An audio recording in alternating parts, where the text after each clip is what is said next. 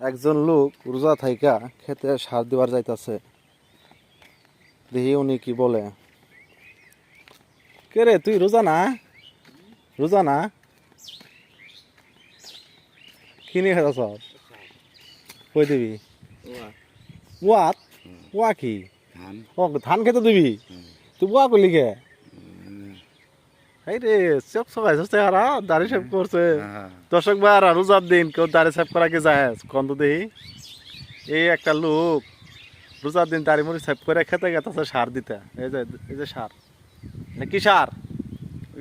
Urea সার। আর কি? আর কি তুমি উড়িয়ে দিয়ে কেবল আলু খেত না গেলাম এই পাগলা হবো। ওই নতুন ক্ষেত, আলু ক্ষেত। ও সেই ও ক্ষেত এই সার পাইলে। দর্শক ভাই, আপনার লাগে একটু দোয়া করেন। উনি নতুন ক্ষেত লাগাইছে, আলু তুললা, অনেক আলু মারছে, আলু তুলছে, আলু কোলেস্টোর করছে। এখন ধানের ক্ষেতে বিষ দেওয়ার ক্ষেত আছে, সার দেওয়ার ক্ষেত আছে। আমি আইলাম, আমি আর যাবো না।